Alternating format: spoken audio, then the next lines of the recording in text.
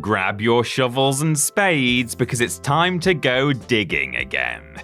Digging for secrets in video games, of course, not actual manual labor. That'd be horrible. Previously, we've discussed a few games containing secrets that took ages to be uncovered, but that was only the tip of the iceberg, as there are many more Easter eggs, jokes, unlockables, or purely inexplicable inclusions that have been hiding for too long in the murky depths of the gaming world. In some cases, these secrets took a bit of prodding from the developers to get uncovered, but for most it was just sheer determination on the part of players willing to spend anywhere from 3 years to 3 decades trying to glean every last tidbit from their favourite games. If you're like us though and don't have that much patience, we've condensed it all into a video for you.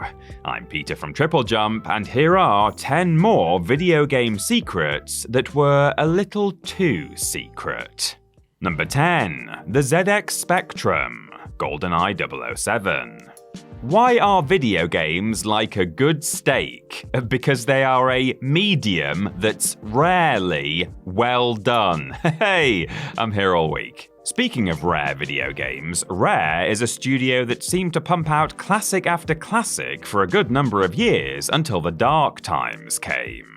GoldenEye 007, considered by many to be among the studio's crowning achievements, was a pioneer of the first-person shooter genre, a mainstay of multiplayer game nights, and arguably one of the greatest licensed games of all time. It's remained a favourite of fans for over 2 decades now, and the love of those fans has been rewarded with a treasure trove of secrets. While poking through the game's files in 2012, data miners discovered that hidden within GoldenEye is a fully functional emulator for the ZX Spectrum console that comes preloaded with ROMs of 10 Rare-developed titles made for the system. It's believed to have been developed as a side project testing the abilities of the Nintendo 64, but rather than being deleted from GoldenEye's code, it was simply made inaccessible, until of course it was made accessible again with the clever use of hacks. Now, if only they could find a way to stop Natalia from getting in my way on the escort mission. Jesus Christ. Number 9. Happy Birthday, Halo 3. If you're ever at a loss for what to give your significant other on their birthday, the best possible gift is not a mere trinket like jewelry or a car, but immortality.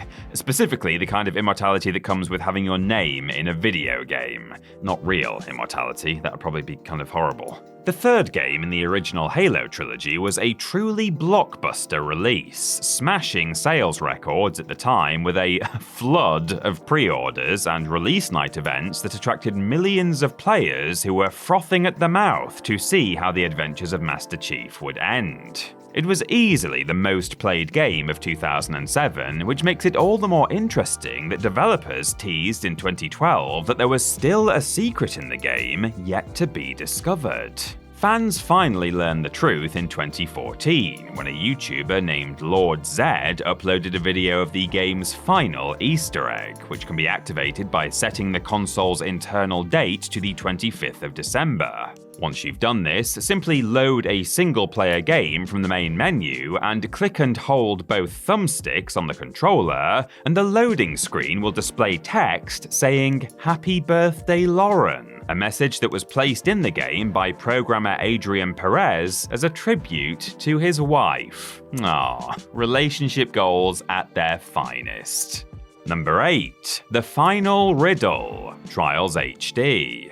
When it comes to video games, appearances can often be deceiving, and I'm not just talking about treasure chests that suddenly try to bite your head off. Sometimes the deepest mysteries can lie in the most unlikely of places. Trials HD is a physics-based motorcycle game where players compete to achieve the fastest times on each of its obstacle-laden courses. But as droves of adrenaline junkies competed to top the leaderboards, they began to notice some rather strange things. Many of the game's courses contain hidden areas or secret triggers that reveal cryptic words and images that intrepid players analysed and found to be references to the works of various mathematicians, scientists, philosophers, and artists. For example, one level hides an illustration of the Fibonacci sequence, while another reveals what appears to be a prehistoric cave painting of a hunter. For 3 years, fans speculated on what the underlying meaning behind all these secrets could be,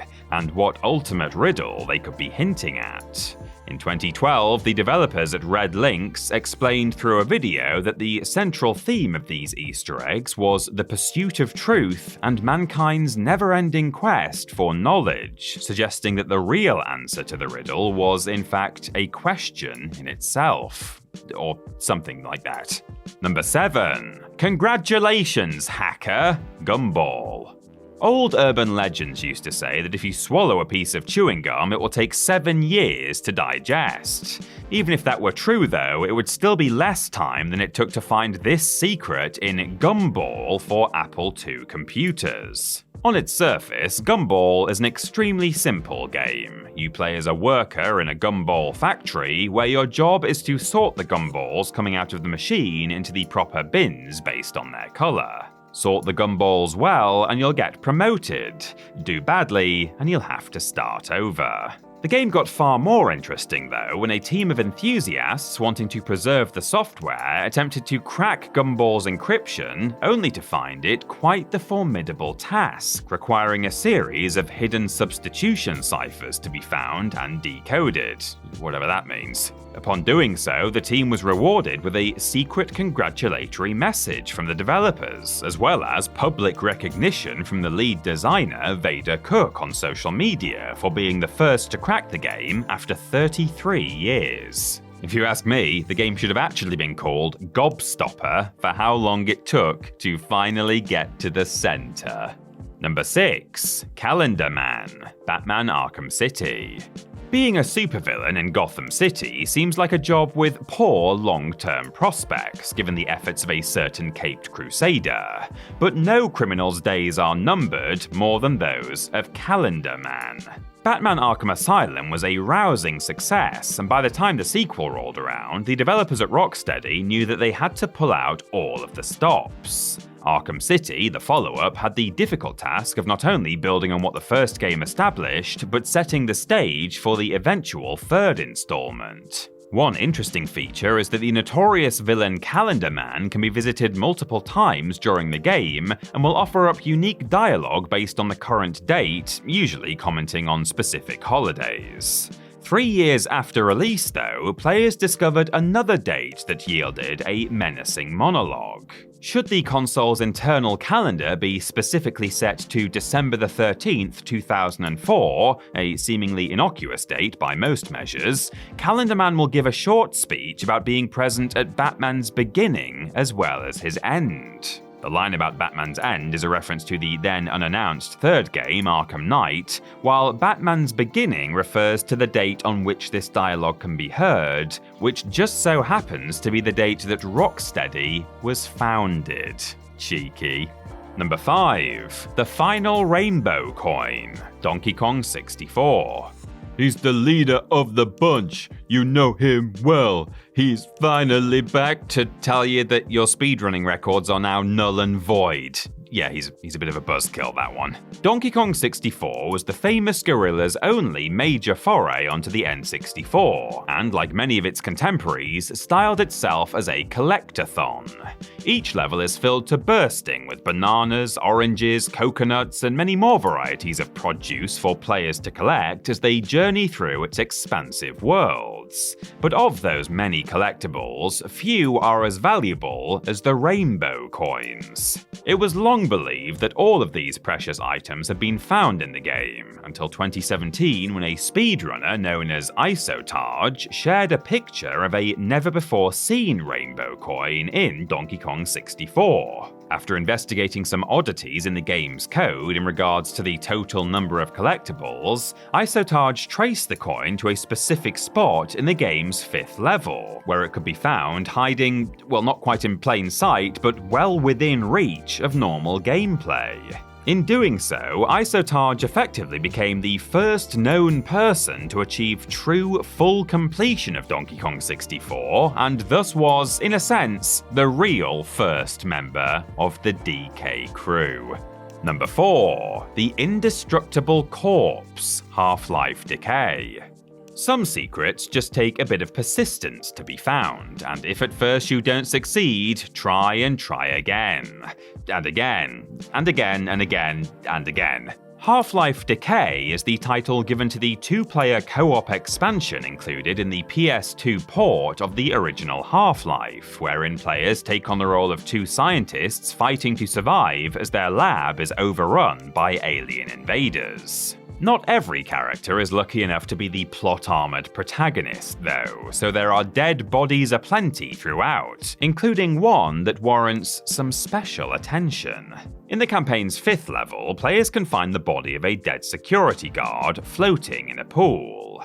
If, for whatever reason, they decide to start attacking the body, they'll quickly find out that it's absurdly resilient, with more than 3 times as much health as the game's strongest enemy or even the final boss, requiring 600 blows with a crowbar to finally destroy it. Definitely long enough for this to have gone unnoticed by most players. Your reward for doing so is a smattering of snarks, a type of small alien that can be used as a weapon in-game.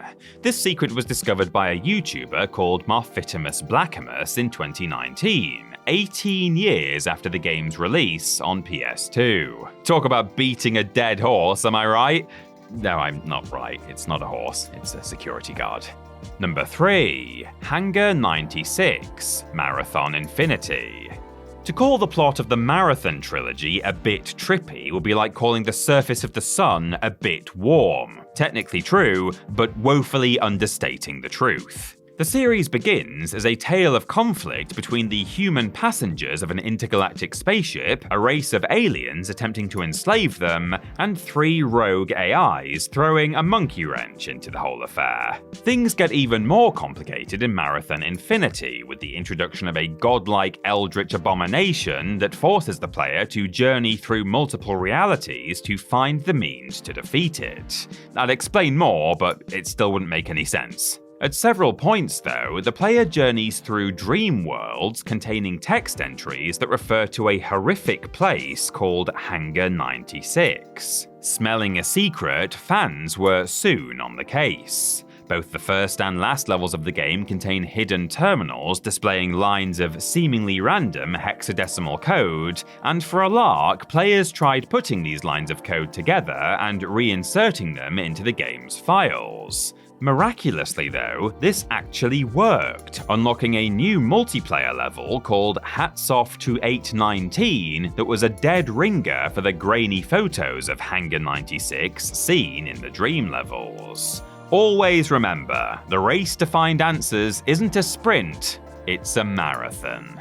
Number 2. The HMCS Bitter, Blood Omen, Legacy of Kain. They say the best place to hide a tree is in a forest, and it turns out that the best place to hide a ship is at sea.